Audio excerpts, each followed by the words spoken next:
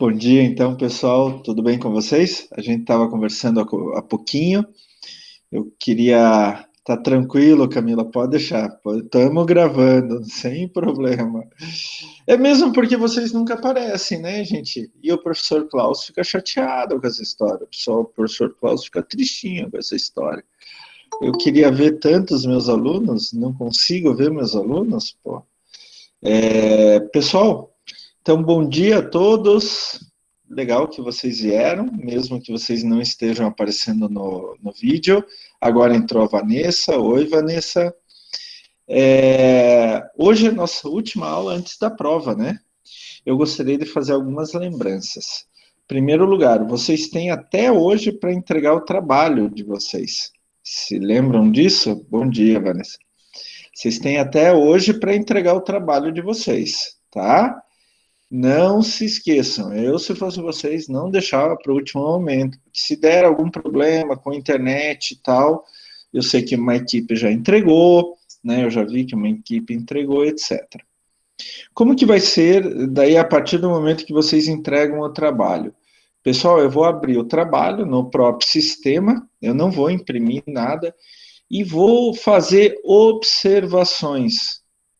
Tem um espaçozinho lá onde que a gente pode fazer algumas observações. Eu vou dar nota e vou fazer observações. Se eu não me engano, o trabalho valia... deixa eu pegar minha cola aqui, eu tenho muita disciplina, muitas turmas diferentes, trabalhos diferentes. O trabalho vale 4, sendo que o trabalho em si vale 3, e as normas da MNT e o uso do idioma português vale mais um ponto, tá? A prova vai valer 6 esse bimestre. Lembre-se que a gente já conversou sobre isso e nada mudou até o momento, tá? Então, a prova 6, o trabalho 4, e vocês têm até hoje à noite para colocar o trabalho. Eu provavelmente, final de semana, sábado ou domingo, eu vou abrir então os trabalhos, eu vou analisar, fazer observações e dar a nota. Então, nessas observações, fica implícito mais ou menos o porquê da nota. Mas eu gostaria, sinceramente, e daí não me preocupa tanto vocês como alunos, mas vocês como profissionais, né? Eu queria que vocês vissem com cuidado essas observações para sempre melhorar. Não vissem as observações como algo ruim, mas vissem as observações como algo bom para vocês melhorarem, melhorarem, melhorarem. Vocês sabem que a luta de todos os professores, da coordenação do curso de biomedicina, é vocês se tornarem os melhores biomédicos que a gente poderia formar, tá? E um bom biomédico não é aquele que simplesmente sabe as coisas, mas pensa sobre as coisas, né? Então, levem as observações que os professores, em geral, falarem sempre como algo para melhorar, não como uma crítica, mas algo para melhorar. Então, provavelmente, esse final de semana, vocês já vão ter as observações e as notas dos trabalhos, tá? Uma outra coisa, então, sobre a prova, que vai ser a semana que vem, né? Quer dizer, a prova começa a semana que vem. Vocês vão ter, a partir do dia 7, do dia 1º, quinta-feira da semana que vem, até o dia 7, vocês vão ter as provas abertas. Então, vocês sabem que do lado esquerdo, no menu do lado esquerdo de cada disciplina, tem avaliação do primeiro bimestre. E vocês vão entrar e fazer a avaliação. No caso de biomedicina, análise ambiental, a gente tem 15 questões objetivas, tá? Se eu não me engano, cada questão vale 0,4, já pensando na nota bimestral, na média que sai no boletim de vocês, 0,4 vezes 15 dá 6, outras 4 pontos são da nota do trabalho, tá?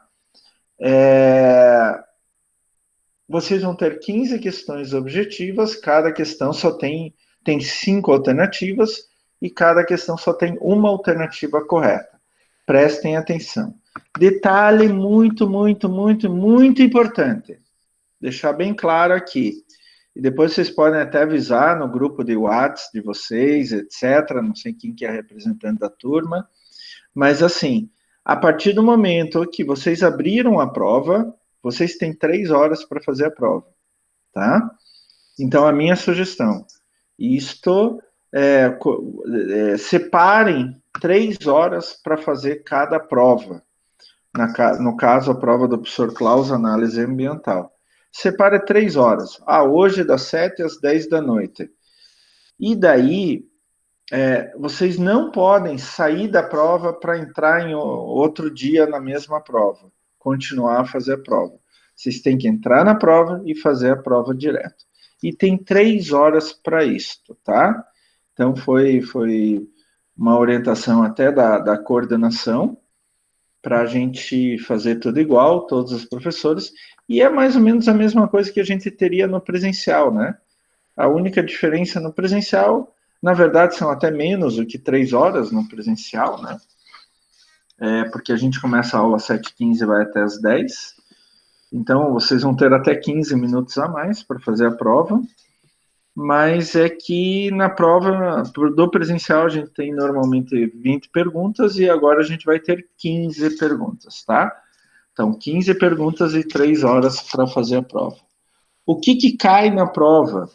Cai tudo que a gente deu até a aula de hoje, inclusive a aula de hoje, tá?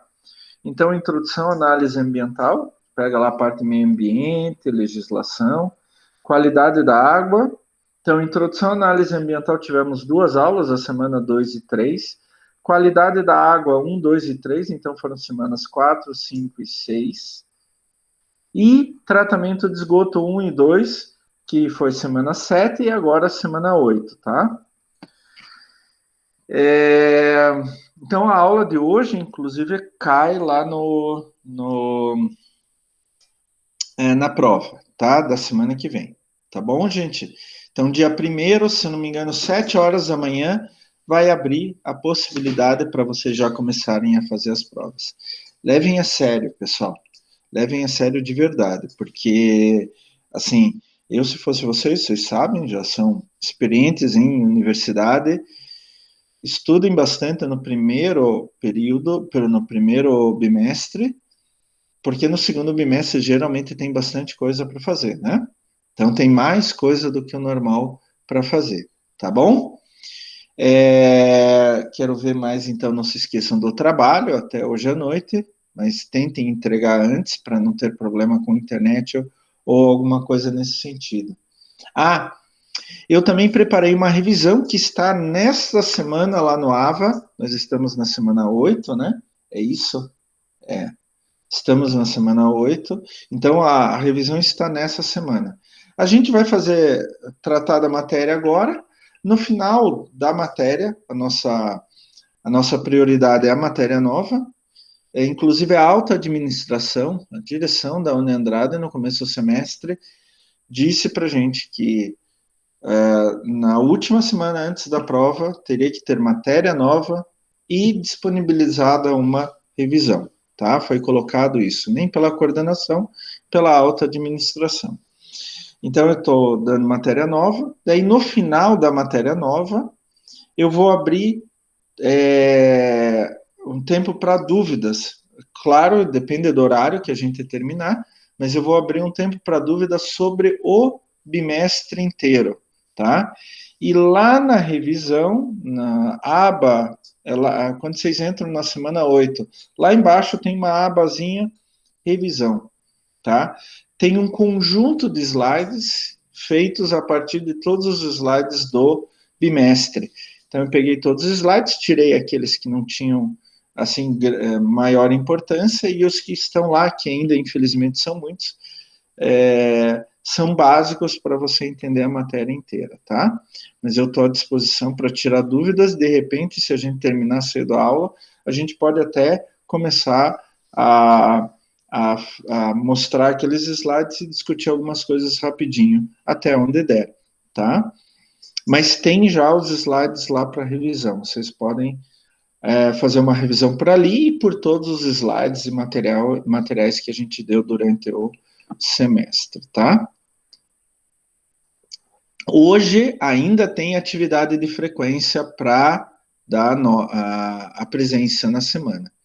Mas na semana que vem, que é a semana 9, Se vocês entrarem, a semana nova já está aberta para vocês, se vocês entrarem lá, vai estar assim só, avaliação global 1, prova bimestral, alguma coisa nesse sentido. E não tem nada naquela semana, inclusive não tem atividade de frequência.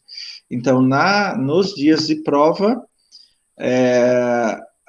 eu não coloquei nada lá e nem atividade de frequência.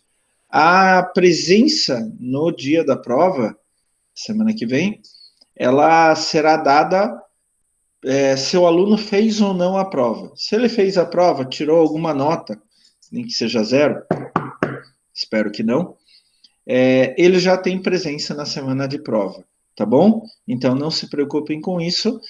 Na semana de prova, vocês têm que se preocupar só com as provas, tá bom, pessoal?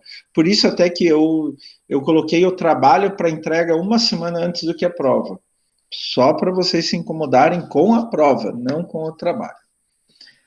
Até agora, alguma dúvida, gente? Alguém tem alguma dúvida, alguma contestação, alguma coisa? Pode falar, à vontade, tá, gente? Só não me xinguem, por favor. Eu tenho que fazer prova com vocês, eu tenho que dar trabalho para vocês, gente. Não adianta ficar bravo com o professor por causa disso, tá? Alguma contestação, alguma dúvida? Tudo em ordem, então, Célia? Ótimo. Quando vocês não falam nada, pessoal, fica meio estranho para a gente, para nós professores. Imaginem só, eu sou professor há 21 anos e aula assim, desse jeito, a gente só começou esse ano, né? Então, eu, por exemplo, não tinha passado por isso ainda. Então, a gente ainda está se acostumando. Quando a gente está em sala de aula, a gente vê a carinha de vocês. Então, até vocês podem não falar alguma coisa em algum momento, ó, mas a gente vê a cara de vocês e agora nem isso a gente consegue ver. Então, fica meio estranho para a gente. Então, eu preciso que vocês sempre interajam, tá?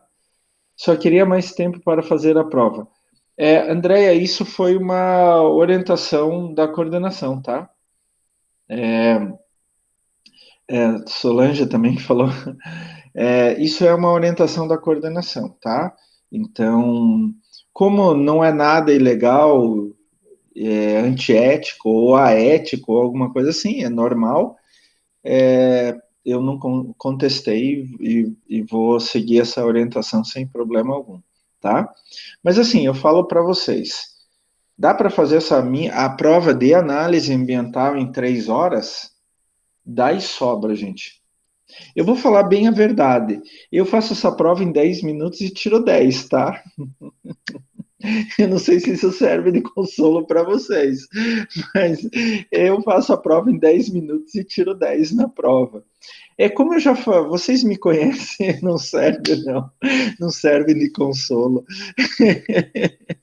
Mas Solange, eu sei que apavora vocês, mas faça com calma, com tranquilidade.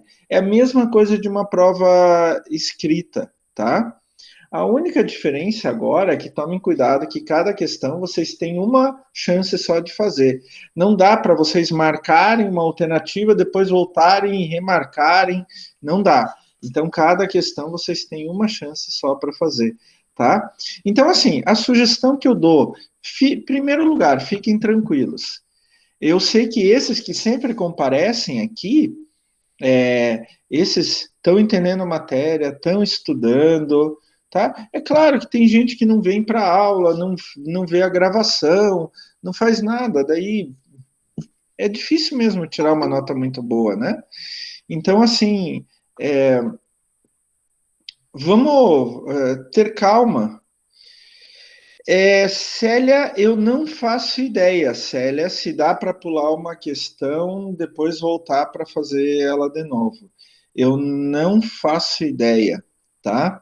Eu realmente, porque eu vejo como professor, eu não consigo ver lá o esquema, ó, burocracia lá da informática como aluno, tá?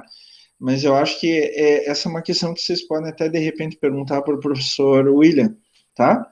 Até bom que vocês perguntem antes de começar a semana de provas, tá? Porque o professor William, acho que sabe, na prova integradora tentei e acabei. Pode ser, Felipe, pode ser, né? Mas tem alguns prós e tem alguns contras. O pró é que você faz no horário que você quiser a prova, né? O contra é que o sistema permite ou não permite certas coisas, né? Então, vamos tomar cuidado com isso, vamos pensar nisso. Mas assim, de novo, fiquem tranquilos, gente. Vocês que estão participando, estão vindo, estão fazendo as coisas, vocês todos têm capacidade. Eu não tenho mínimo problema quanto a isso, tá? Mínima dúvida quanto a isso. Vocês são bons. Vocês são bons, bons mesmo, né? Eu já dei aula para vocês e sei que vocês têm capacidade, tá? Só estudar, etc. Aproveitar a Bruna que acabou de entrar. Bruna, eu te mandei um e-mail sobre aquele teu pedido lá do trabalho, tá? Não do trabalho da disciplina, do trabalho lá de saúde ambiental ainda. Eu te mandei um e-mail, tá bom? Tá? Se você quiser conversar um pouquinho rapidinho depois da aula, a gente pode conversar sem problema. Tá? Aqui na live mesmo, tá? Então, paramos agora com a introdução à aula de hoje. Acho que eu dei todos os recados, eu até fiz uma anotaçãozinha aqui para ter certeza que eu ia dar todos os recados para vocês, tá? Então, inclusive, está gravado, eu fiz de propósito isso depois da gravação, para se alguém entrar depois sem problema nenhum. Tá bom, gente? E, de novo, calma, tranquilidade, estudar. Eu exijo dos meus alunos, mas a prova não está impossível de ser realizada. Eu sempre digo, vocês vão se lembrar lá, eu considero 3 tipos de prova. Aquela prova que ninguém tira 10, nem o professor, aquela prova que só o professor, que qualquer um pode tirar 10, e aquela prova que só o professor tira 10, né? Então, assim, eu acho que essa prova é possível qualquer um tirar 10.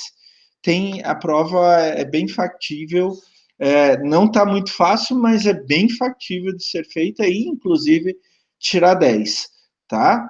Então, vamos nos dedicar, eu tenho certeza que vocês têm totais condições.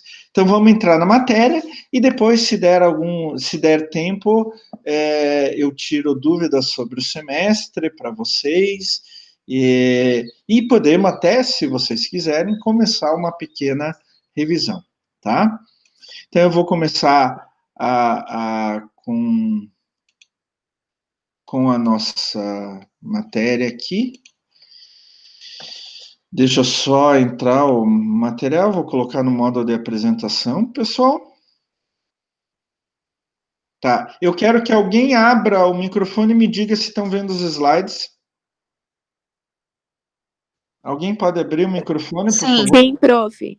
Ótimo, muito obrigado. Então, pessoal, essa é a nossa última aula, última matéria antes da prova. Então, lembrando que essa matéria de hoje, desse momento, semana 8, tratamento de esgoto, segunda parte, também cai na prova. Então, semana passada a gente viu o tratamento de esgoto, né? Vocês têm que se lembrar que tem o tratamento preliminar, que é o gradeamento. Então, temos um gradeamento grosseiro, depois um mais fino. O videozinho que eu mostrei semana passada para vocês é muito bom, tá? Inclusive, tanto vídeo de tratamento de água quanto vídeo de tratamento de esgoto cai na prova, tá? Vamos prestar atenção nisso. Depois do tratamento preliminar, tem o tratamento primário, que pode ser simplesmente uma decantação daquele material orgânico mais pesado, ou pode ser já um tratamento anaeróbio, com micro-organismos que não respiram oxigênio, tá? Principalmente aqueles que produzem como resultado final da respiração metano, CH4. Depois nós temos o tratamento secundário, que daí é sempre com micro-organismos, pode ser aeróbio, pode ser anaeróbio e pode ser os dois, tá? Primeiro anaeróbio, depois aeróbio. Uma coisa muito importante que a gente tem que se lembrar é que o tratamento aeróbio, ele é mais eficiente, mais rápido, porque tem micro-organismos que respiram oxigênio, micro-organismos aeróbios, do que comparando com o tratamento anaeróbio.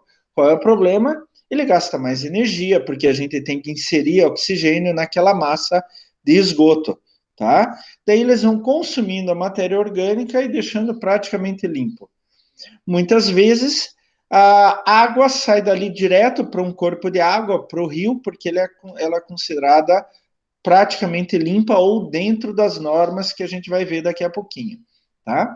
Mas ela pode passar também por um tratamento terciário, que pode ser a desnitrificação, para tirar excesso de nitrogênio, a remoção ou indisponibilidade do fósforo, porque esses dois são macronutrientes. Lembre-se que se eles entrarem no corpo de água, as bactérias, por exemplo, um rio, um lago, as bactérias ali presentes, elas vão se aproveitar do nitrogênio e do fósforo, vão ter mais atividade, mais reprodução e consumir mais oxigênio da água. Elas tirando o oxigênio da água, vai diminuir o teor do oxigênio e vai provocar eutrofização. A gente já falou isso lá em análise de água, né, DBO e DQO, no caso é DBO, tá? E pode ter também a radiação ultravioleta.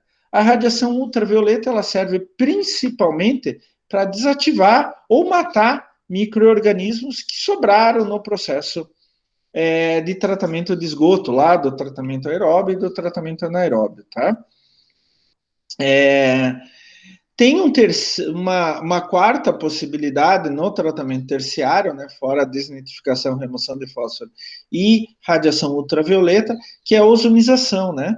Colocar ozônio na água. E ozônio é muito bom, não só contra micro-organismos, para matar uma série grande, inclusive vírus, tá? O ozônio é muito bom para isso, mas também para decompor certos compostos químicos. Então, o ozônio tem sim uma certa ação sobre antibióticos, anticoncepcionais e anti-inflamatórios, tá? Que a gente encontra muito nos nossos rios aqui, por exemplo, inclusive da região metropolitana de Curitiba, com o próprio Passaúna, que já vários trabalhos foram feitos, e existem essas substâncias, tá? Daí a gente viu que tem a parte sólida, né?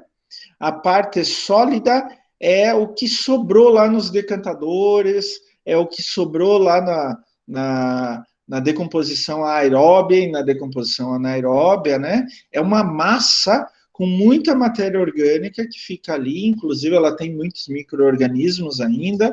Aqueles que decompuseram a matéria orgânica, eles vão junto e ficam naquela massa no fundo. A gente tira essa massa.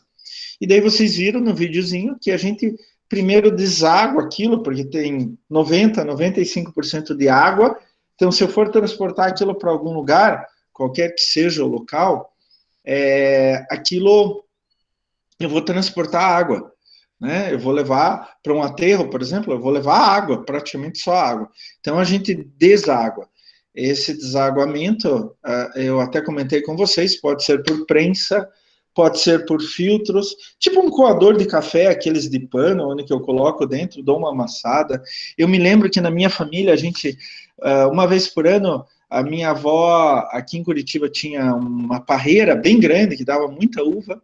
A gente, uma vez por ano, ia lá, toda a família, todos os primos, tios, para tirar a uva, né, separar cada coisinha de uva, para a gente fazer suco, para a gente fazer geleia, e daí a gente distribuía por toda a família, né? E daí, para fazer o suco, por exemplo, a gente, ou para fazer geleia e tal, a gente colocava dentro de panos assim grandes e amassava aquilo, né? Amassava, daí saía o suco assim do lado e tal. Como não era muito, a gente fazia desse jeito mesmo, né? Usava o pano como um filtro para sair o suco sem a baga da uva, né? A gente pode fazer algo muito parecido, tá? Não manual, né? Tudo por máquina, mas com o lodo do esgoto para desaguar. E uma das alternativas que eu já vi usarem aqui no Brasil, não é muito comum porque demora muito e precisa de áreas muito grandes, é deixar ao sol e daí a água vai secando e só sobra matéria sólida, né? Que daí é o lodo que a gente vai usar, tá? Mas eu falei para vocês lá, a gente comentou muito. Vem o esgoto, é tratado, tratamento preliminar, primário, secundário, terciário, e daí sobra água. essa água deve estar praticamente limpa, tá? Esta água a gente pode jogar, ou deve jogar, de volta num corpo de água, tá? Então, um rio, um lago, alguma coisa assim.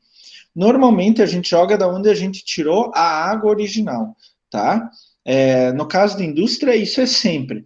No caso de esgoto doméstico, depende da localização da estação de tratamento de água e da estação de tratamento de esgoto.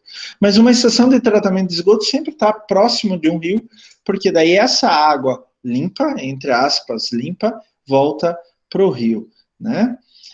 E daí esta água tem que ter uma certa qualidade, tá? Para voltar para o rio. Então, qual é essa qualidade? Professor, a gente falou muito em qualidade de água, rios classe especial, classe 1, 2, 3 e 4, né? Lembrando, o que é um rio classe especial 1, 2, 3 e 4? Essa classificação é dada em função da qualidade do uso e da qualidade da água. Lembre-se, então, um rio de classe especial tem uma água praticamente pura. Um rio de classe 1 também um pouquinho pior do que o especial. E o pior é o rio de classe 4, onde que a água é muito ruim. Eu até fiz um comentário com vocês que tem rios aqui em Curitiba que estão piores do que classe 4, né? Não existe essa classificação pior do que classe 4. Mas se você pegar a análise física, química e biológica, com todos aqueles que a gente já viu na qualidade de água, vocês vão ver que tem alguns rios que não se encaixariam nem na classe 4, né? E como que a gente faz no caso de esgoto? O que interessa no esgoto, pessoal, não é o que entra na estação de tratamento de esgoto, mas o que sai da estação de tratamento de esgoto. Como eu acabei de falar para vocês, quando a água sai da estação de tratamento de esgoto, da ET, estação de tratamento de esgoto, ela tem que sair praticamente limpa. E para onde ela vai? Para o rio. Então, daí a gente já pode fazer uma ligação. Opa, se volta para o rio, quer dizer que a água tem que estar limpa para voltar para o rio, né? Exatamente.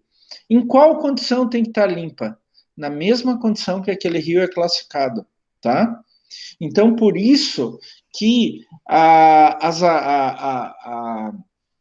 análises físicas, químicas e biológicas que a gente faz nessa água que sai do tratamento de esgoto, ela consta da mesma resolução que é da classificação de corpos de água, tá? Até em 2011, teve uma resolução 430 do CONAMA também, de condições e padrões de lançamento de efluentes. Mas esta resolução, ela nada mais é do que confirma a resolução 357 de classificações de corpos de água. Então, por exemplo, do lado da estação de tratamento de esgoto, tem um rio classe 1, eu tenho que devolver para aquele rio a água do tratamento de esgoto nas mesmas condições que é a classificação da água daquele rio, tá? Então, se eu tenho um rio classe 4 do lado da estação de tratamento de esgoto, eu preciso limpar até no máximo, preciso limpar no mínimo até a classe 4, tá? Se é classe 3, o rio do lado, eu preciso limpar o esgoto até o que seria a classificação ou as características físico-químicas e biológicas de um rio classe 3. E assim por diante, tá? Isso é bem interessante, que eu já falei para vocês que a maioria dos rios aqui de Curitiba, não é maioria, não, são todos os rios aqui de Curitiba, eles estão com a classificação defasada. Eu comentei com vocês que o Rio Barigui, por exemplo, é classe 2. Eu duvido que ele seja classe 2. Na verdade, hoje, na prática, ele deve ser classe 3 ou até classe 4. Provavelmente até classe 4. Então, quando uma empresa pega a água do Rio Barigui, seja a Sanepar, seja uma indústria qualquer, para usar, ela pega uma água suja, ela precisa limpar. Daí ela usa, ela suja de novo. Para jogar de volta no Rio Barigui, ela precisa limpar. Como o Rio Barigui é considerado classe 2, ela precisa limpar a água até no mínimo classe 2. Só que na prática o Rio Barigui é classe 3 ou 4. Então o que significa isso? Que ele pega uma água suja e devolve uma água mais limpa do que ele pegou anteriormente. E isto é óbvio que não deveria ser assim, ou não precisaria ser assim, porque a água que ele pega já devia ser limpa, não devia ser suja, né? Então ele vai devolver a água limpa para um rio de água limpa. Esse que é o normal, isso que a gente pensaria, né? Mas hoje em dia, o que a gente vê na prática é que uma empresa, pode ser até a própria Sanepar, companhia de abastecimento de água e esgoto, né? Ela pega uma água mais suja do que ela devolve. Isso acontece na prática, até devido à legislação. Eu não estou reclamando disso, eu acho bem legal. O que eu reclamo é que os nossos rios deveriam ser mais limpos do que eles efetivamente são. Então, pessoal, se vocês forem trabalhar com estações de tratamento de água e estações de tratamento de esgoto, essas duas resoluções, a 357 e a 430, são base para vocês. Professor, quais análises eu vou fazer? Estão aqui, tá? Inclusive, essas resoluções dão outras dicas para vocês. Aqui tem o hiperlink para vocês depois entrarem nas resoluções e verem em detalhes, tá? Então, como eu estava falando, quais são as análises físicas, químicas e microbiológicas que a gente faz com essa água que sai da estação de tratamento de esgoto? Pessoal, é assim, normalmente a gente não analisa o que entra na estação. Pela legislação, você não precisa analisar. Você só precisa analisar o que sai da estação, o que já é bastante, né? Levando em conta a legislação e o número de parâmetros, tá? Então, quais análises físicas, químicas e microbiológicas faz? Aquelas que a gente já viu, tá?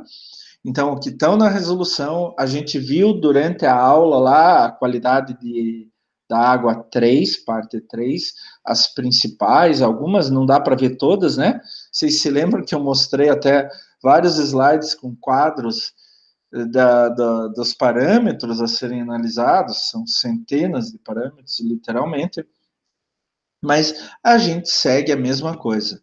Eu quero que vocês entendam isso, porque o que a gente vai analisar no final do sistema de tratamento de esgoto não é esgoto, é água, porque a gente já limpou o esgoto, a gente já acabou com o esgoto, tá? Então, a gente, como vai analisar água, vai jogar a água de volta para o rio, então esta água tem que ter no mínimo as condições que se referem àquela classificação daquele rio, tá? O grande problema para uma estação de tratamento de esgoto é quando o rio que passa ali do lado é classe especial ou classe 1. Classe 2, 3 e 4 é mais fácil, durante o sistema de tratamento de esgoto, colocar nos parâmetros, principalmente DBO e DQO. Mas, quando você tem do lado da tua estação de tratamento de esgoto um rio classe 1 ou classe especial, daí complica. Daí realmente fica muito difícil, tá? Então, quais são as análises? As mesmas que a gente faz com a água. Exatamente as mesmas, tá bom? Mas tem um problema maior aí na estação de tratamento de esgoto, e que eu comentei na aula passada com vocês e que eu volto agora a comentar com mais detalhes nessa aula com vocês, que é o chamado lodo de esgoto. Eu quero deixar claro que numa estação de tratamento de água também tem lodo, que a gente chama lodo de água. Qual que é o problema daquele lodo de água? Aquele lodo de água, inclusive eu já fiz experimentos com lodo de água, tanto com lodo de esgoto quanto lodo de água, eu trabalho há muitos anos com isso. Aquele lodo de água, ele tem sulfato de alumínio, né? Ele tem alumínio no meio. Se lembram que a gente usa para agregar as partículas, fazer bolinhos, eles descerem, decantarem para limpar a água. Então ele tem alumínio ali, tá? Então a gente tem que tomar cuidado com isso. aquele lodo de água, ele é contaminado com grandes quantidades de alumínio. Então, o lodo de água a gente leva direto para um aterro, tá? Mas o lodo de esgoto é diferente. Como a gente não usa nada químico no tratamento de esgoto, tá? Pelo menos na fase tratamento preliminar, tratamento primário e tratamento secundário, algumas vezes no terciário a gente pode usar, né? Principalmente para remover fósforo, tá? Usa ferro, usa alumínio, né? Fosfato férrico, fosfato de alumínio. Mas ele normalmente, esse lodo de esgoto, como é matéria orgânica pura, né? Que vem em fezes e urina e algumas outras coisinhas mais, ele é um material que tem grande quantidade de matéria orgânica e nutrientes. Gente, é impressionante o que o lodo de esgoto tem, por exemplo, de nitrogênio e fósforo. E esses são macronutrientes. E são macronutrientes que custam caro para você aplicar no solo, na agricultura, por exemplo. Tá? Então, aquele resíduo sólido gerado durante o tratamento de esgoto, o chamado lodo de esgoto, ele é rico em matéria orgânica e nutrientes. Tá? Só que é o seguinte, ele também tem alguns metais pesados. Alguns em maior quantidade, outros em menor quantidade. Professor, mas o senhor falou que esse lodo de esgoto vem do tratamento de esgoto, e o tratamento de esgoto em uma cidade, por exemplo, o Sanepar, que faz. Eu não estou falando daí de tratamento de esgoto industrial, tá? Isso cada indústria tem o seu, e daí isso vai depender muito do processo fabril da indústria. Mas nesse caso específico, a maior quantidade de lodo de esgoto gerado no mundo inteiro é de esgoto doméstico. Como que vai ter metal pesado? Alguém pode me responder isso? O que vocês acham? Abram o microfone e falem. Como que o lodo de esgoto doméstico tem metal pesado, pessoal? Hein? Vocês podem me falar? Eu vou até fazer o seguinte aqui, ó. Vou até tirar o compartilhamento. Como que o lodo de esgoto doméstico tem metal pesado, hein, pessoal? Vamos interagir. O que vocês acham? Ninguém acha nada. Abra o microfone e falem alguma coisa, pessoal. Vocês estão na minha aula ainda? Estão?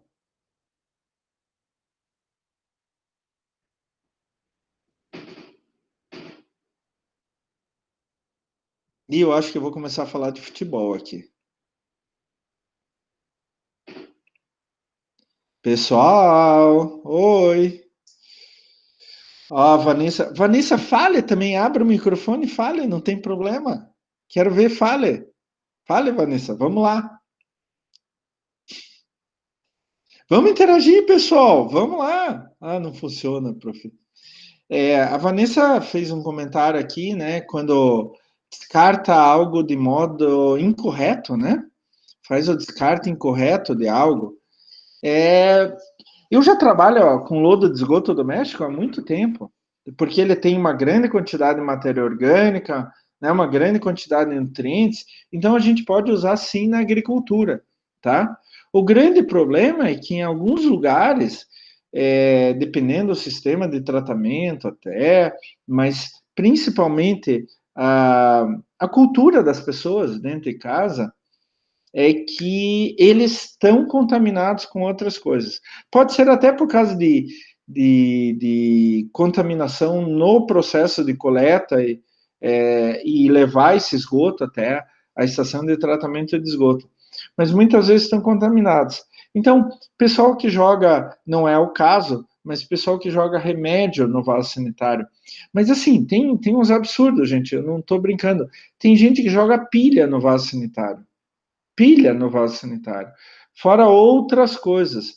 Então, o vaso sanitário acaba se tornando um lixo, quando ele não deveria ser um lixo. Ele deveria só captar a água que a gente usa no sistema. É claro que tem alguns sabonetes, shampoos, detergente, sabão em pó para lavar roupa e tal, que pode ter alguma contaminaçãozinha, mas não deveria ser significativa, tá? Só que, e é claro que as pessoas algumas vezes podem excretar alguns metais que elas foram acumulando ou foram se alimentando de algum alimento qualquer que esteja contaminado, tá? Mas pode acontecer sim de ter alguma contaminação, tá? Estou voltando aqui a compartilhar, de ter alguma contaminação com metais pesados. E é tiro e queda. Os metais que a gente mais vê, zinco e cobre. Então, aqui até estou mostrando resultados de análise de lodo de esgoto feitos, esse ET Sul e ET Belém, são aqui de Curitiba, tá? Inclusive. Tiro e queda, que zinco e cobre sempre vão aparecer em grandes quantidades, tá? Eles são micronutrientes, mas eles não são extremamente tóxicos. Qualquer organismo precisa de uma certa quantidade deles, em pequena quantidade, tá? Olha só, cobalto tem um pouco, níquel tem um pouco mais, cádmio abaixo do limite de detecção, quando aparece assim que está abaixo do limite de detecção. Chumbo, olha, tem uma amostra com mais 134 miligramas por quilograma, isso é ppm, né? Cromo, depende da forma do cromo bário, manganês, então manganês tem um pouquinho mais, etc. Mas zinco, cobre, manganês, vocês podem até colocar o manganês nisso, são os que mais aparecem com destaque sempre para o zinco. Lembrando que o zinco é um micronutriente, então até nos complexos vitamínicos que a gente toma, tem zinco, tem cobre, tem manganês, tem magnésio e assim por diante, porque eles são micronutrientes. O problema é como que eles aparecem em tão grande quantidade, né? É claro que quando a gente faz o tratamento de esgoto, vocês viram semana passada, a gente limpa a água e acaba concentrando tudo no lodo, tá? Então, o lodo é resultado da concentração desse material. O problema é, se tem metal pesado, dá para. O professor acabou de falar, é rico em matéria orgânica e nutrientes. Então dá para usar no solo, né? Como fertilizante. Ótimo, maravilhoso. Tem grandes quantidades de nitrogênio, de fósforo, de potássio, que são os grandes macronutrientes utilizados pelas plantas, que as plantas precisam em grande quantidade. E principalmente fósforo e potássio é muito caro, tá?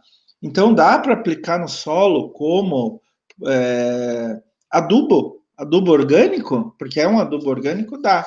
Qual que é o problema? O problema é que algumas vezes a gente acha grandes quantidades de metal pesado. Então a gente tem que fazer análise do lodo para ver se segue a legislação do uso de lodo de esgoto na agricultura. Um outro problema, até eu tinha uma professora que lá da Federal, que eu conheci muito bem, que trabalhava com ela também, micro-organismo patogênico, né? Se o lodo de esgoto vem do esgoto, é bem provável que ele tenha micro-organismos patogênicos. Então, nematóides como ascaris em geral, lumbricoides, sum, ancilóstoma do edenale, necator americanus, cistoides como Taenia solium, Taenia saginata, protozoários, entameba, estólica, giardia lamblia, toxoplasma gondii. Claro que, no geral, coliformes totais, fecais, Escherichia coli e até vírus. É claro que vai depender do vírus, tá? Tem vírus que não aguentam aquele novo ambiente, tem vírus que suportam aquele novo ambiente. Então, inclusive, a gente tem que fazer análise de micro-organismo patogênico, tá? No lodo de esgoto antes de aplicar na agricultura. E tem legislação para isso, tem níveis máximos permitidos na legislação para isso. Alguns, inclusive, alguns micro-organismos, o nível máximo é 0, não pode ter, tá? Então, é muito importante. Senão, a gente vai colocar mais patogênicos no ambiente. Por exemplo, eu vou aplicar esse lodo de esgoto numa plantação de alface, né? Eu coloco ali na superfície do solo, incorporo no solo, e daí coloco a alface. A alface está em contato direto com o solo. Se eu tenho micro-organismo patogênico no solo, por causa do lodo de esgoto que eu apliquei, ele passa para a alface. E como a alface a gente come cru, né, sem nenhuma preparação, etc., a gente pode ingerir esse micro-organismo patogênico, tá? Então, a gente tem que tomar cuidado com a questão dos micro-organismos patogênicos, tem que fazer análise deles também. E pode ter alguns contaminantes orgânicos, não é muito comum, mas pode ter, no sistema de coleta e tratamento de esgoto, podem entrar alguns contaminantes orgânicos, como hidrocarbonetos, que são os derivados de petróleo, tá? Petróleo em todas as suas possibilidades diferentes, pesticidas em geral, os PCBs, solventes orgânicos, entre outros, tá? Por isso é muito importante a gente deixar o sistema de coleta e transporte desse esgoto separado do resto, tá?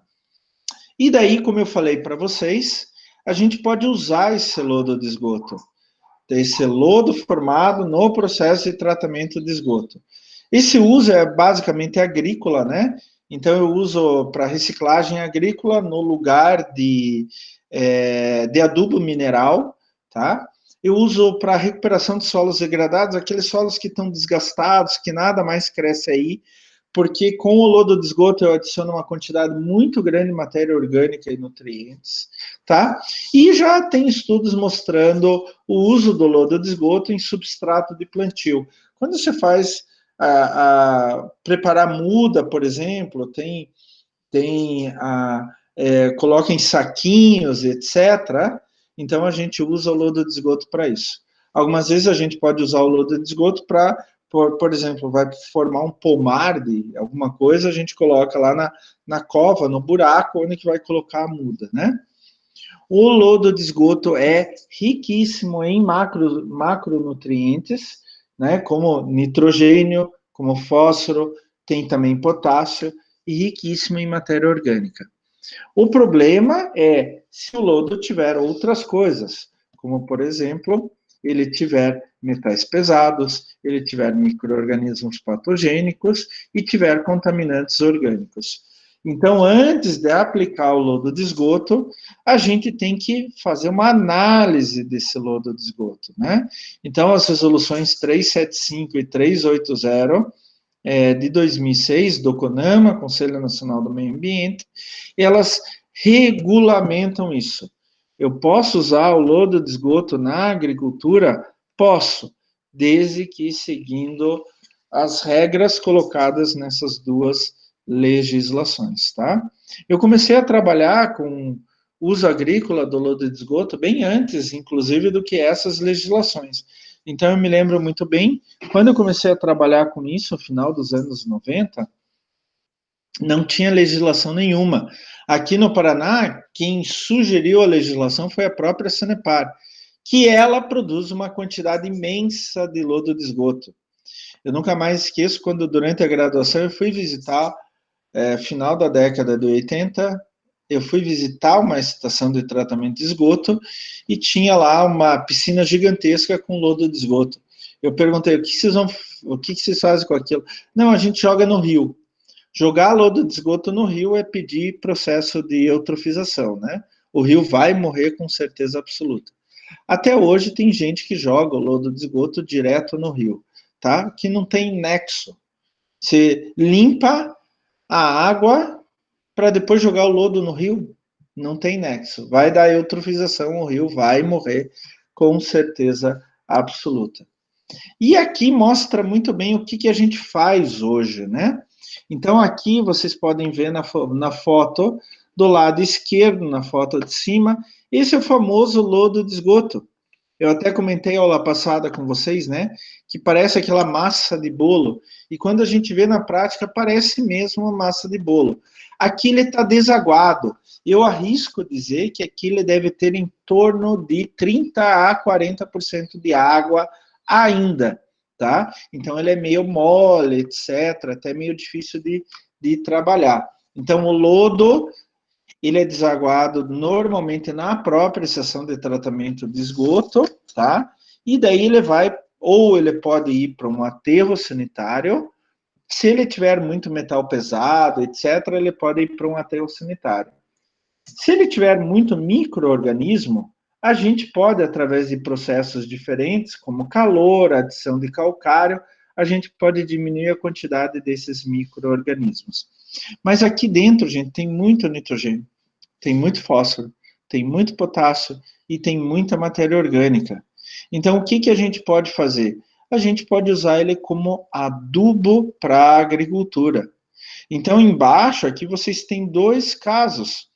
Aqui do lado esquerdo, uma plantação de cana-de-açúcar, tá? Onde que eu pego o lodo, daí ele normalmente, ele pode usar o lodo de uma forma mais líquida, e daí ele passa como se fosse um adubo líquido, ou quase isso, ou pode secar mais ainda e fazer tipo um pó. Então aqui tem um trator, que é o mesmo que esse que vocês veem do lado direito aqui, tá? Que ele tem um depósito do lodo de esgoto que está bem seco, em forma de pó praticamente, ele cai por esse depósito e aqui tem os discos. À medida que ele cai, os discos ficam girando e eles acabam espalhando o lodo de esgoto por essa área. Então, aqui do lado direito embaixo é uma pastagem, tá? Então, se eu não me engano, é uma pastagem. Então, ele foi espalhando como adubo, como se fosse um adubo orgânico, né? Em lugar do adubo mineral.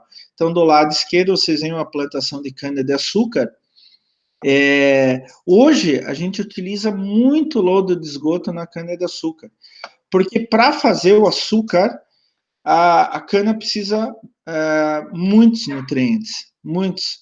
Então, ela pode exaurir logo o solo. Então, a gente tem que gastar muito com adubo mineral, tá? Para substituir isso, não gastar tanto com adubo mineral, o lodo de esgoto é um excelente substituto. Então, ele resolve dois problemas ao mesmo tempo. O que fazer com o lodo de esgoto lá no final do tratamento do esgoto? O que fazer com ele é um problema, e substituir o uso de adubo mineral, gastar menos dinheiro pelo agricultor, tá? Mas não é assim. Hoje em dia, para você usar a lodo de esgoto como adubo, como substituto do adubo mineral, usar como adubo orgânico, você precisa fazer um projeto, submeter ao órgão público de proteção ambiental, etc. Uma coisa que eu particularmente trabalhei durante muitos anos é esse da foto aqui de cima, pessoal. Não é uma foto do local onde eu trabalhava, tá? Era proibido tirar foto lá, era uma indústria, mas era o mesmo sistema. Isso daqui se chama compostagem. Então eu pego o lodo de esgoto e misturo com uma série de matéria orgânica. Então, resto de plantas, serragem, etc., que vai servir como um substrato para aumentar a oxigenação e ter base e substrato para micro-organismo. Então, eu misturo com vários outros materiais e daí eu vou ter uma série de micro-organismos aeróbios, aqueles que respiram oxigênio, que vão decompor o resto da matéria orgânica que está ali. E aquilo tudo vai virar uma coisa só, e daí aquilo é considerado adubo orgânico de altíssima qualidade. É interessante que esse processo aeróbio, a gente precisa inserir oxigênio, porque é um processo aeróbio. Então, essa máquina que vocês veem em cima, elas aqui no meio tem um parafuso sem fim, aquele que parece que está girando o tempo todo. Ele entra lá no começo, isso daqui é uma leira de compostagem, ele entra lá no começo e esse parafuso entra dentro do material. E ele vai girando esse material aqui embaixo, dentro dele mesmo, tá? E isso faz com que entre oxigênio e aumente a velocidade de decomposição aeróbia deste material, tá? Então, esse é um processo de compostagem de lodo de esgoto. Eu trabalhei durante muitos anos com isso. Aqui não dá para ver, mas no local onde eu trabalhava, dava para ver muito bem isso. A gente não usava esse tipo de máquina, era um outro tipo de máquina. Mas toda vez, esse processo que ele está fazendo, a gente chama de revirar a leira. Eu reviro ela nela mesma para inserir oxigênio do ar ali dentro, tá? Quando a gente fazia isso lá no local onde eu trabalhava, esse é um processo que libera calor. Quando eu tenho micro-organismos aeróbios se alimentando aqui dentro, se reproduzindo aqui dentro, esse processo libera calor. Como na leira tem água, o calor é tão grande, que essa água vira vapor. Então, quando a gente ia revirar as nossas leiras, saía tanto vapor, tanto vapor, tanto vapor dali de dentro, que o operador da máquina não conseguia ver 2 metros adiante. Né? Mas aquele vapor não significava que estava queimando, não era fumaça. Era a água que estava dentro da leira, que com a temperatura do processo, é um processo exotérmico, libera calor, com aquela temperatura subindo, ele fazia com que a água que estava ali dentro em estado líquido virasse vapor, virasse para estado gasoso. Tanto que quando a gente faz esse processo de compostagem de lodo de esgoto, a gente tem que medir a temperatura. Eu já consegui obter até 110 graus aqui dentro, gente. 110 graus. E por que isso é interessante? Porque se eu tenho micro-organismo patogênico, a grande maioria desses morre com 100, 105 graus, tá? Se eu consigo essa temperatura dentro do processo de compostagem, que é um processo de decomposição aeróbia por micro-organismos, que libera temperatura, né, um processo exotérmico, eu consigo limpar o lodo de esgoto de micro-organismos patogênicos, tá? Então, daí eu pego este composto, não é mais só lodo de esgoto, eu pego este composto e posso usar como adubo para agricultura, principalmente para cana, para pastagem e para plantas frutíferas, tá?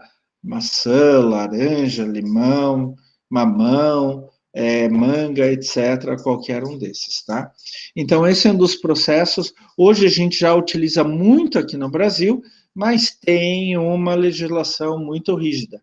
Toda vez que a gente vai utilizar lodo de esgoto, vai fazer um projeto com utilização de lodo de esgoto, a gente precisa fazer uma série grande de análises e assim por diante, tá? Então, agora nós terminamos o tratamento de lodo de esgoto e vimos todo o processo, tá? Vocês, inclusive, como biomédicos especializados em análise ambiental, vocês também podem fazer esses projetos sem problema algum. Perguntas, pessoal? Dúvidas? Algum problema? Alguma dúvida? Nada? Eu ainda estou achando que vocês me abandonaram aqui. Não! Não tem perguntas. Pessoal, eu tenho uma experiência muito grande com lodo de esgoto, principalmente compostagem de lodo de esgoto, tá?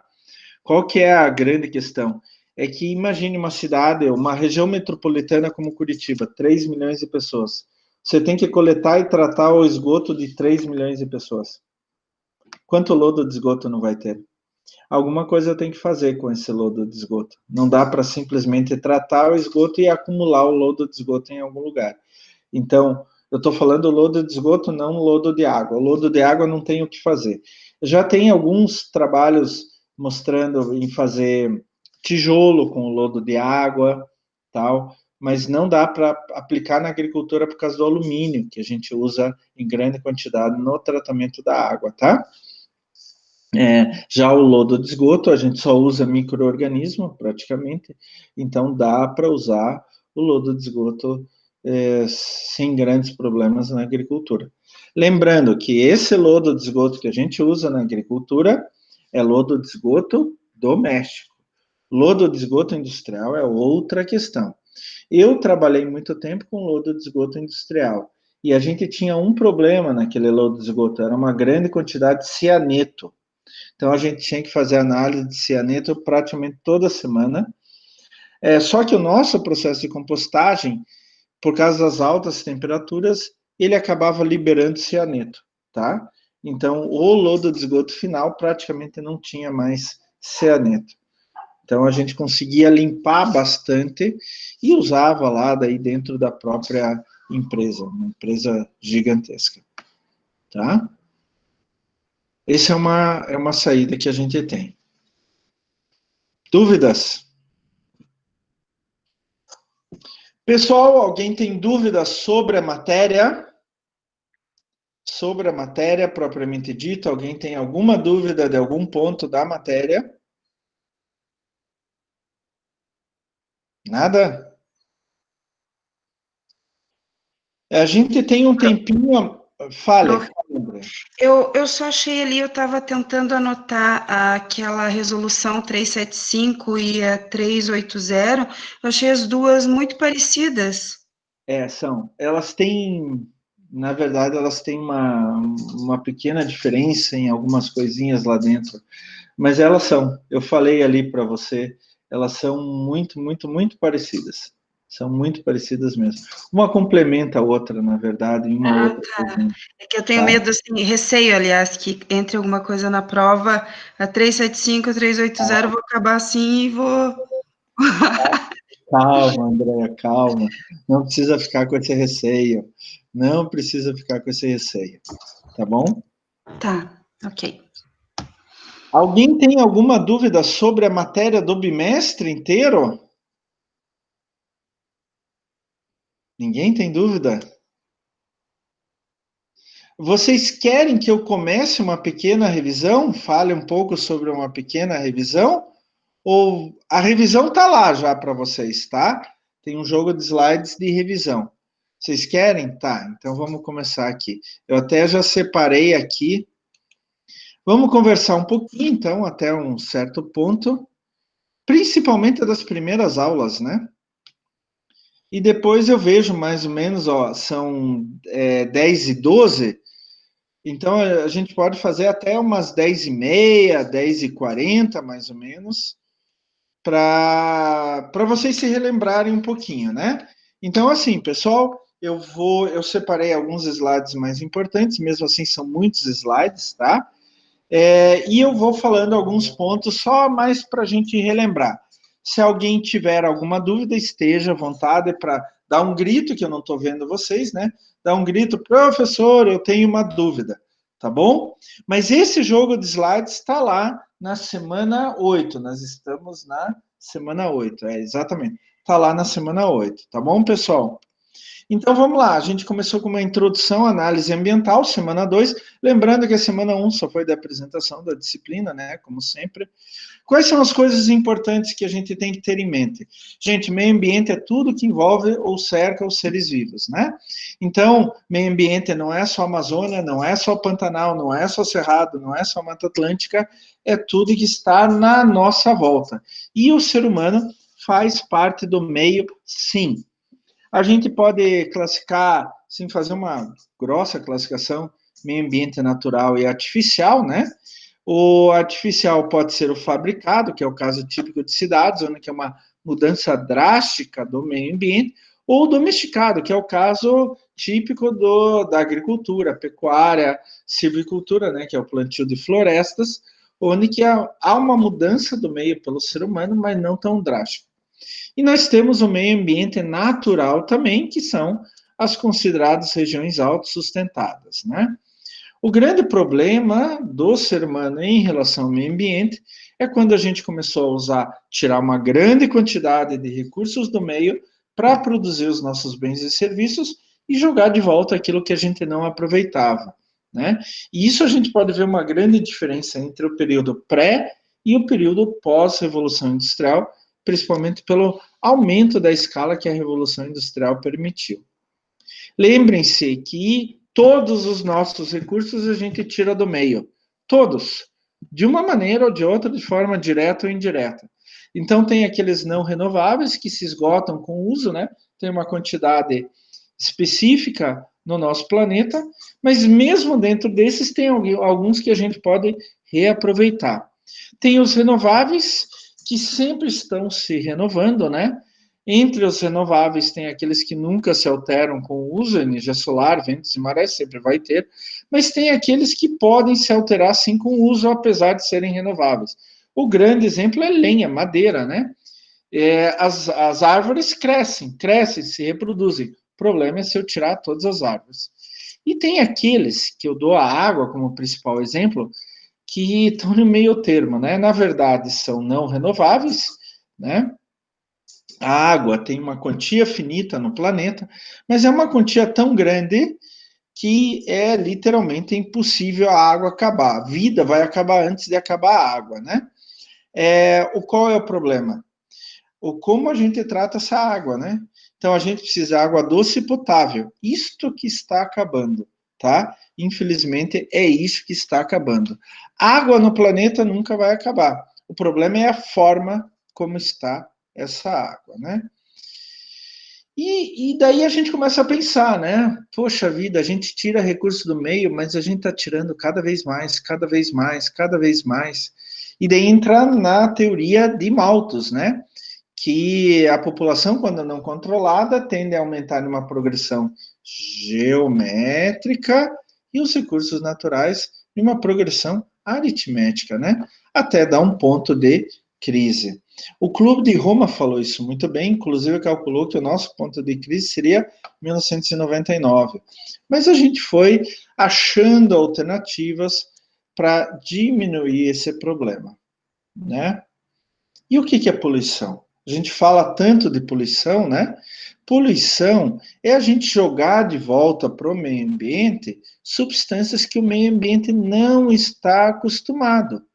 Se cai uma folha lá fora, em cima do solo, eu tenho um monte de organismos que vai decompor aquela folha da árvore, né? A madeira que cai morta, etc., vai decompor aquilo. Qual que é o problema? É que tem muitas substâncias feitas, desenvolvidas pelo ser humano, que a natureza não está acostumada a decompor. E isso fica ali no ambiente, pode ser até tóxico, muitas dessas são tóxicas, e é o que a gente chama de poluição. E daí a gente pode ver um histórico, né? O ser humano sempre falou sobre isso, mas a partir das décadas de 50 e 60 do século XX, né? Isso foi muito mais intensamente falado, né? Por exemplo, as décadas de 50 e 60, a gente começou a ver os grandes problemas. O mal de Minamata, a poluição no rio Tâmisa. Então, a gente começou a se conscientizar desses problemas. Na década de 70, a gente começou a fazer as grandes conferências internacionais sobre o meio ambiente e chegar à conclusão que poluir é crime. É crime contra o meio ambiente, contra o planeta, mas é crime contra o ser humano também. Então, a gente começou a fazer uma série de leis, de regulamentos, visando o controle ambiental. O ser humano poluir cada vez menos. E na década de 80, apesar de toda a mudança que houve nas décadas de 50, 60 e 70, na década de 80, a gente teve grandes acidentes ambientais, né? Gigantescos. E daí a gente começou a tomar, vindo principalmente da indústria. Daí a gente tomou uma decisão. Olha, cada indústria, antes de se instalar, precisa passar por uma legislação específica.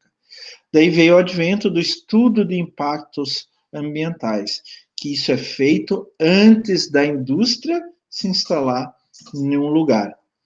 Na década de 80 ainda tivemos um grande avanço com a assinatura de vários acordos mundiais, Protocolo de Montreal para eliminar o CFC, que estava acabando com a camada de ozônio, o Acordo da Basileia sobre o movimento transfronteiriço de resíduos. A ONU fez o relatório Brundtland, Nosso Futuro Comum, para dar um aviso para a humanidade do problema que a gente estava causando em termos de poluição. E daí veio a década de 90. A década de 90 foi a grande virada, né? Tanto na parte dos governos, das empresas, quanto na parte das pessoas. A gente começou a se preocupar ainda mais com o meio ambiente e foi aí que foi feita a Rio 92 aqui no Brasil, né? Tudo isso é para discutir poluição. O que o ser humano faz, né? E o que é poluição? A gente pode dizer que poluição é quando a gente joga algo no meio, pode ser material, energia, água, etc., em qualquer compartimento que vai causar um desequilíbrio nocivo, né? Que vai acabar atingindo alguns organismos, pelo menos alguns organismos daquela área, tá?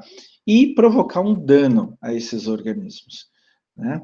Então, a gente considera a poluição causada pelo ser humano, tá bom? E a poluição pode ter uma série de efeitos, né? Na saúde, segurança, qualidade de vida, qualidade ambiental, etc. É interessante que a origem é sempre complexa e os efeitos sempre são difusos. E as consequências vão se acumulando ao longo do tempo e vão ficando por longo tempo, né? Gente, é muito caro despoluir, é muito complexo despoluir. Então, a gente precisa de uma série grande de soluções diferentes para cada caso. O ideal, então, é não poluir. Isso é importante. E daí a gente entra, a partir dessa ideia de não poluir, no conceito de desenvolvimento sustentável, né? O desenvolvimento sustentável significa mais ou menos o seguinte: eu posso consumir hoje? Posso. Posso aproveitar recursos naturais hoje? Posso. Mas lembre-se que os teus filhos, netos e bisnetos também têm o mesmo direito que você. Então, eles têm também o direito a ter os mesmos recursos. Então, eu preciso pensar em consumir sem comprometer a capacidade das gerações futuras em atender às suas próprias necessidades. E daí, para isso, a gente tem o conceito de qualidade ambiental, né?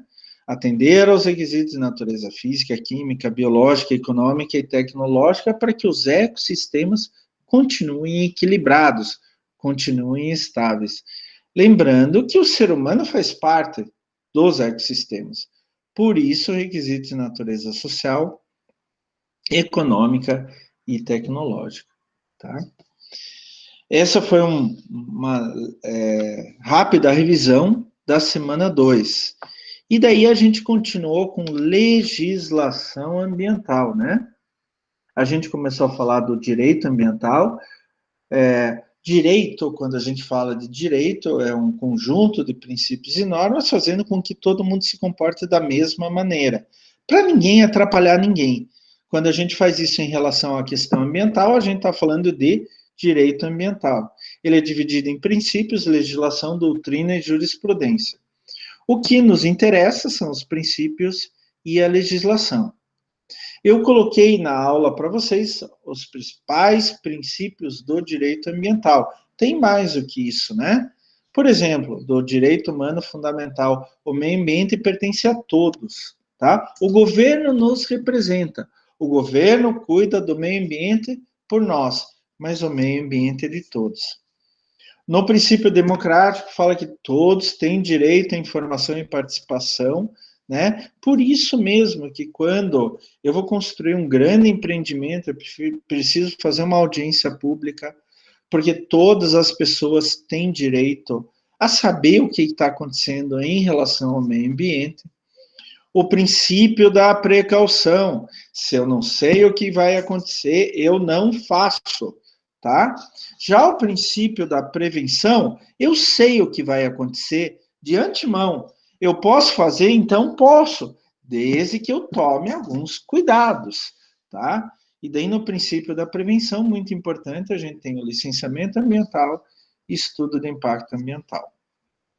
O princípio da responsabilidade, né?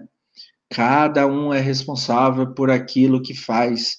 Então, se você polui, se você faz alguma coisa de errado em relação ao meio ambiente, você vai pagar por isto.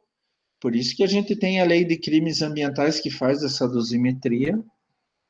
E o princípio do usuário pagador e do poluidor pagador, né? Usuário pagador. Você vai usar alguma coisa do meio ambiente? Vai, ótimo, paga. Porque aquilo faz parte do meio ambiente que pertence a todos. Né? Então, você vai usar a água do meio ambiente, vai ter que pagar pelo direito de usar esta água. E o poluidor pagador? Quem polui deve pagar pela poluição causada. Então, eu posso poluir? Posso, desde que eu pague, né? O problema é quanto pagar. Então, o ideal é sempre que esse pagar pela poluição seja muito mais caro do que simplesmente ter uma estação de tratamento de esgoto, filtro na chaminé e assim por diante. O princípio do limite, ele coloca que a administração pública tem o dever de colocar parâmetros máximos e ou mínimos para questões que vão provocar algum dano ambiental, tá? Vão provocar poluição ambiental. Uma dica que eu dei na aula para vocês é que parâmetros máximos é sempre uma coisa ruim, não pode passar daquilo, senão vai acabar com o meio ambiente. E parâmetro mínimo é sempre uma coisa boa, tem que ter no mínimo aquilo. A maior parte da legislação brasileira e mundial relativa ao meio ambiente fala em parâmetros máximos. E daí eu falei dos diferentes tipos de leis, né? Vocês não coloquei aqui na revisão, mas vocês podem ver no material depois. A lei mais importante de um país é a sua Constituição, depois vem leis ordinárias, leis delegadas, medidas provisórias, decretos legislativos, resoluções e portarias, até coisas particulares ou do Poder Judiciário, como contratos e sentenças. Uma coisa que nos interessa muito em meio ambiente é principalmente resoluções e portarias, assim como leis ordinárias. Tá? Lembrando que no Brasil existe o princípio da hierarquia das leis, que o nosso país é dividido em 3 níveis organizacionais, né? O município, que é o nível mais básico, o estado, que é um conjunto de municípios, e a União, que é um conjunto de estados, né? O nosso país é um país predominantemente municipalista. Então, o município é a unidade básica do país. Só que, no princípio da hierarquia das leis, um ente superior ele tem primazia sobre a legislação. Um ente inferior deve seguir a legislação de um ente superior, tá? Quando o ente superior não tem uma legislação específica, o ente inferior pode fazer uma legislação. Só que ele não pode ir contrário ao ente superior. Então, a primazia é sempre da União em relação ao Estado, o Estado em relação ao município. Esse é o princípio da hierarquia das leis. E daí a gente entrou rapidamente em legislação, que a legislação como um todo aqui no Brasil, ela tem 3 abordagens básicas, do local de produção, da regulamentação de produto, o uso dele depois que sai da fábrica, tá? E das condições ambientais limitando as atividades. Isso faz com que eu consiga controlar a poluição causada pelo ser humano em todos os pontos possíveis. Eu falei para vocês lá no princípio, vamos voltar aqui, da prevenção. O princípio da prevenção diz que eu já conheço quais os impactos que minha atividade pode causar, eu posso assim fazer essa atividade, desde que eu tome medidas para que aqueles impactos não atinjam o meio. E uma das medidas para fazer isso, dos modos para fazer isso, é o chamado licenciamento ambiental. Toda empresa no Brasil que tem perigo de causar algum impacto ambiental, algum dano ambiental mais sério, tem que fazer o que a gente chama de licenciamento ambiental. Nada mais é do que uma permissão para operar. Olha, você pode operar do ponto de vista ambiental, tá? A licenciamento ambiental, ele tem 3 fases, e lembrem-se que essas fases são consecutivas, uma precisa que a anterior tenha sido aprovada para fazer a posterior. Então, a primeira coisa, eu quero implementar uma empresa, eu tenho uma ideia, tenho o local. Antes de começar com qualquer coisa, eu vou pedir a licença prévia, consulta prévia ou licença de localização. Depois que o órgão de proteção ambiental disse, tudo bem, você pode instalar aqui, daí você vai pedir uma licença de instalação. onde que você vai levar todas as características da tua fábrica, do teu negócio, e daí ele vai analisar, pode ou não pode construir a tua fábrica aqui. Essa é chamada licença de instalação. Depois que ele libera a licença de instalação, vocês podem começar a construir. Fazer terraplanagem, começar a construir e tal. Terminou de construir. Posso usar? Não. Daí você tem que pedir uma licença de funcionamento ou uma licença, também chamada licença de operação. Ele vai lá, vai ver se tá tudo certo. Só aí você pode cortar a faixa de inauguração e começar a operar naquela empresa, tá? Então, este licenciamento ambiental, ele parte da ideia do princípio da prevenção. Eu primeiro vou saber se a minha empresa faz danos significativos, mesmo que ela possa vir a fazer, como eu estou fazendo todo esse processo antes de a empresa se instalar, eu posso adotar medidas para diminuir esse dano causado. Por exemplo, a minha empresa vai gerar emissão atmosférica muito tóxica. Então, antes de instalar a empresa, eu posso ir lá e comprar um filtro, mandar instalar um filtro, e assim por diante. Tá? E essa foi a semana 3 de aula, tá?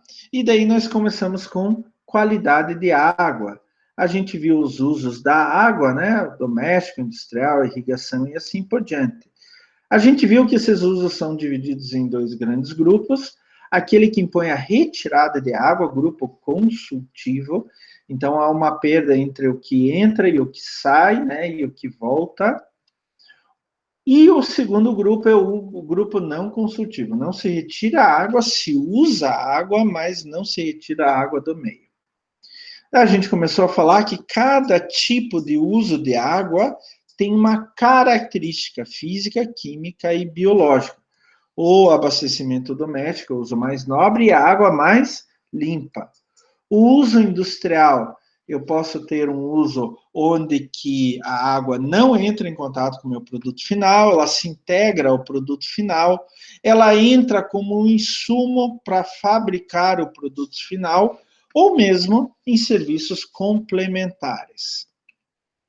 Para a irrigação talvez seja o maior uso da água no mundo, tá?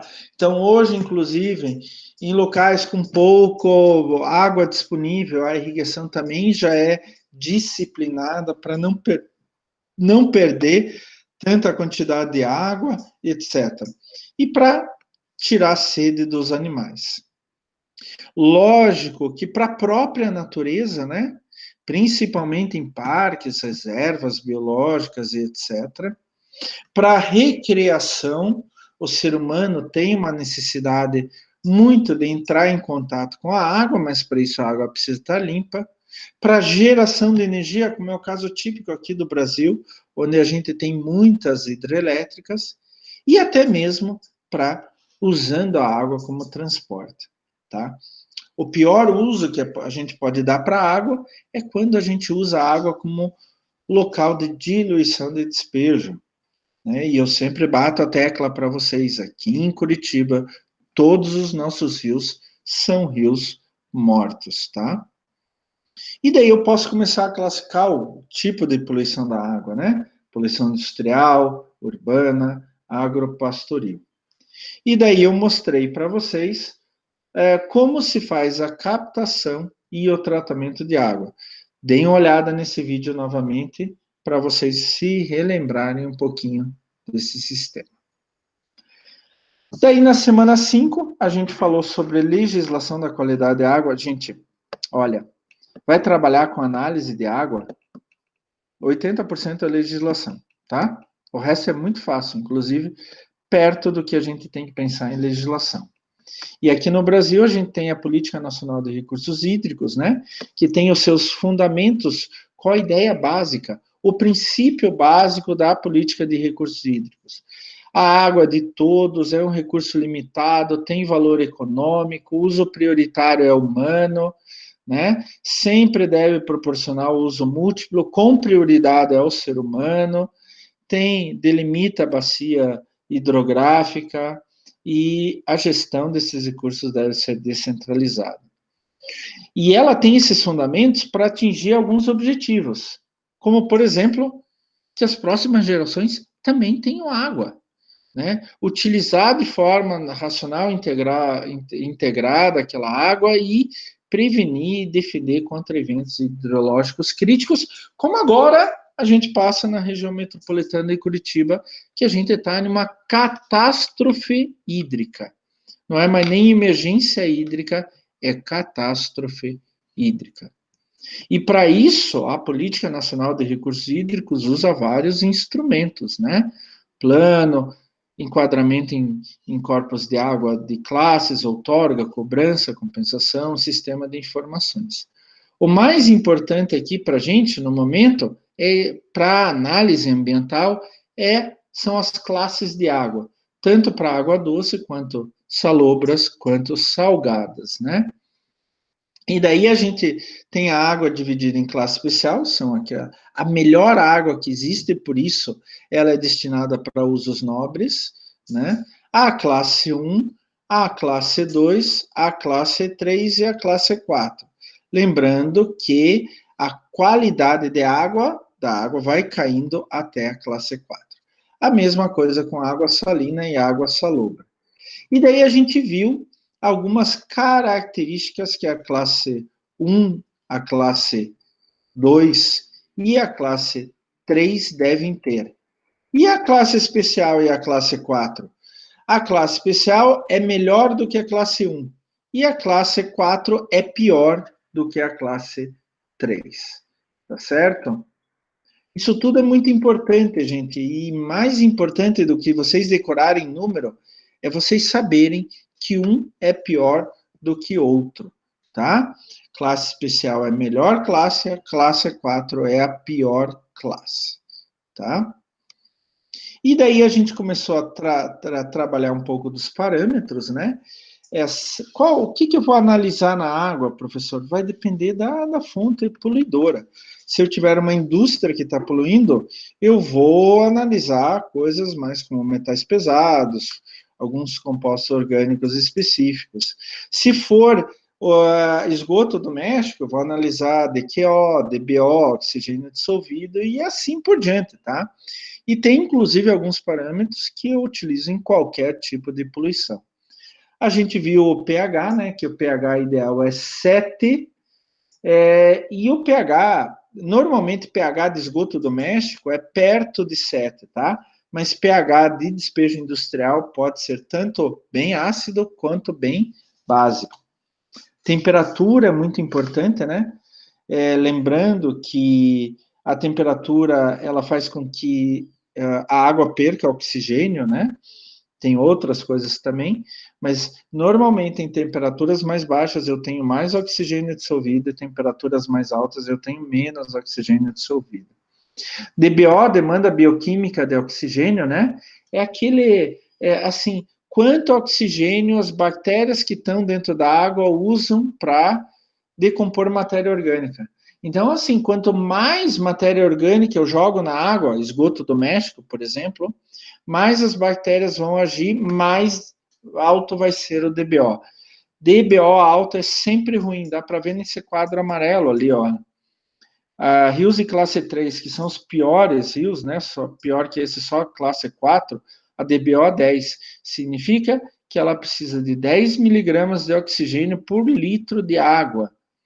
E quanto mais precisar, significa que menos oxigênio vai ter para os peixes. Então, DBO é característico de despejo orgânico. Principalmente esgoto doméstico, tá? Já a DQO é a mesma coisa que a DBO, só que isso é um processo químico, não biológico, tá?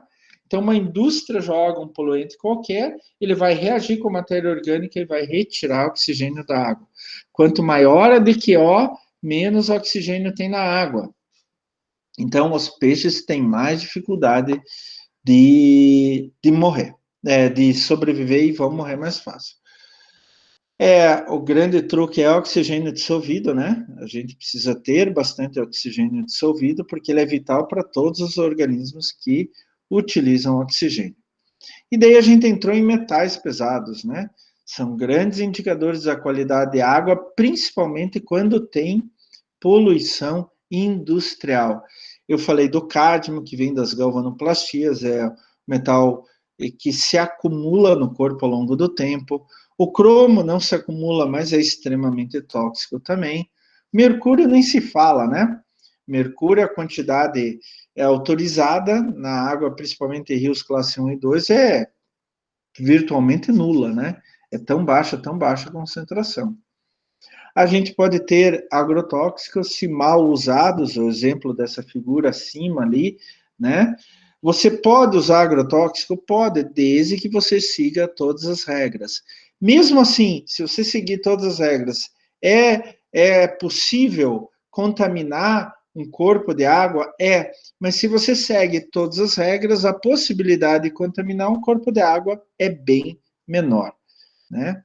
E tem um problema, né? Quando a gente joga esgoto doméstico, a gente joga outras coisas na água, a gente insere uma quantidade muito grande de nitrogênio e fósforo.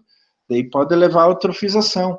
Lembrem-se que a eutrofização na coluna de água eu tenho bactérias, nitrogênio e fósforo são macronutrientes para as bactérias. Tem bastante, elas acham que estão no paraíso. Vão utilizar, vão se reproduzir, vão crescer, etc. E para isso vão tirar o oxigênio da água. Vai faltar oxigênio na água, os peixinhos vão morrer sem oxigênio.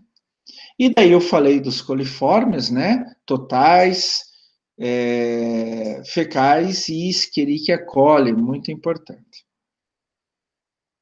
Seleção de local para coleta. Se você coleta a água em local errado, você não vai ter um retrato daquilo que está acontecendo. Isso a gente vai falar bastante na prática quando formos coletar a água do Rio Barigui. Qual o número e frequência de amostras? No máximo possível, gente. Tem até método estatístico, mas o que vai limitar é quanto dinheiro você tem para gastar com aquelas amostras. Qual é o tamanho do teu laboratório e assim por diante, né? E, finalmente, estudar bem qual vai ser o método analítico, né? Eu vou fazer uma absorção atômica, por exemplo, para metais pesados. Eu tenho muitos equipamentos que eu já posso medir lá no campo e assim por diante.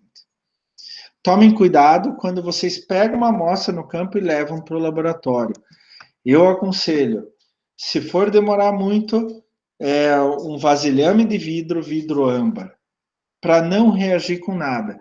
Se vocês forem coletar e já levar para o laboratório, pode ser até de plástico, rapidamente, para não reagir com nada, porque quando a gente coleta e faz análise, a gente precisa saber o que está acontecendo ali. E daí, na semana passada, nossa, tá quase lá já. Na semana passada, a gente viu o tratamento de esgoto, né? A gente conversou um pouco. Ele começa com o tratamento preliminar, um gradeamento grosseiro, mais fino. Vai para a caixa de areia, onde que diminui a velocidade da água. Daí, partículas muito pesadas, minerais como areia, acabam caindo. Vai para o tratamento primário, onde que normalmente eu ainda tenho algumas partículas que vão sedimentar no fundo, mas já posso fazer tratamento com micro-organismos anaeróbios e o tratamento secundário, que daí sim eu vou fazer a remoção do material orgânico por decomposição aeróbia ou anaeróbia. A aeróbia tem oxigênio, então a gente precisa inserir oxigênio, mas é uma decomposição muito mais rápida, mais eficiente. A anaeróbia, a gente não precisa inserir oxigênio, mas é uma decomposição mais lenta. A decomposição anaeróbia ainda produz metano no final do seu processo, que é um gás de efeito estufa. Então, a gente precisa coletar e fazer alguma coisa com metano. Nem toda estação de tratamento tem tratamento terciário, porque ele só é usado para poluentes muito específicos. Os casos típicos são desnitrificação, onde eu uso bactérias, como nitrosomonas de amônia para nitrito, nitrobacter de nitrito para nitrato e pseudomonas de nitrato até N2. Esse N2, ele é um gás e ele é perdido para a atmosfera. Não tem nenhum problema esse N2 ir para a atmosfera. A gente tem que se lembrar que 78% mais ou menos da atmosfera é formada por nitrogênio. Só em termos, mais ou menos 20, 21% é formado por oxigênio. Então não tem problema absolutamente nenhum esse N2 ir para a atmosfera. A gente ainda pode, no tratamento terciário, remover fósforo através de uma reação com o íon férrico, com alumínio, que transforma o fósforo, que está na forma de fosfato, em uma forma insolúvel, quer dizer, ele não vai ser danoso para a vida em geral, ou até utilizar a radiação ultravioleta. Ela tem como principal fator, né, principal função, matar ou inutilizar micro-organismos nesse processo final de tratamento de esgoto. E daí eu apresentei um filminho para vocês, vejam bem aquele filminho que retrata tudo que a gente viu até agora. Daí a gente teve a aula de hoje, né, basicamente com o que fazer com a água que sai do tratamento de esgoto, segue os mesmos parâmetros de qualidade de água, e o que fazer com o lodo de esgoto. Tá? Então, a gente termina... Nossa, ainda tem gente assistindo minha aula, né? Por incrível que pareça, alguns já desistiram de assistir minha aula. Então, esses que perseveraram aí na revisão, a gente fez uma rápida revisão para vocês terem uma ideia do geral, tá? Meio ponto. André. Justíssimo. O que foi, Bruna? Justíssimo. Não concordo. Agora isso vai ser uma ditadura. É uma ditadura. É uma ditadura isso daqui. Vai que cola, né? Vai. Não, não cola, não. Ó. Não cola. Não cola, gente. Eu tento, Posso fazer uma observação? Inclusive está sendo gravado aqui, gente. Quem que ficou aqui na aula? Andréia, Solange, Vanessa e Bruna. Tá? Eu não vou fazer nenhum comentário mais. Acho que para bom entendedor meia palavra basta, né? Eu acho que vocês demonstram ao ficar até o final da aula aquilo que eu falo do que é um bom aluno e do que vai ser um bom profissional, tá? Independente da área que vocês seguirem, tá? Então vocês estão de parabéns por ter ficado até o final. Infelizmente eu não posso dar meio ponto, porque, né, não faz parte da atribuição de notas, mas tenham certeza de que vocês são muito admirados por mim, tá bom? Inclusive está sendo gravado aqui, tá? Está sendo gravado. Então isso que eu acabei de falar está sendo gravado, tá? Eu tenho uma admiração muito grande por vocês em especial. Meninas, mais alguma coisa? Eu só fiz uma revisão geral para relembrar na cabeça. Eu tenho certeza que vocês tinham já na cabeça, mas não tinham certeza se tinham na cabeça. Agora vocês viram que vocês tinham isso tudo na cabeça, né? Estudem, que eu tenho certeza que vocês vão muito bem na prova. Certo, meninas? Sim. Mais alguma coisa? Não, aqui está tudo certo. Tá bom, então, Bruna, fique aí, eu vou interromper a gravação agora, tá? Sol, se você quiser ficar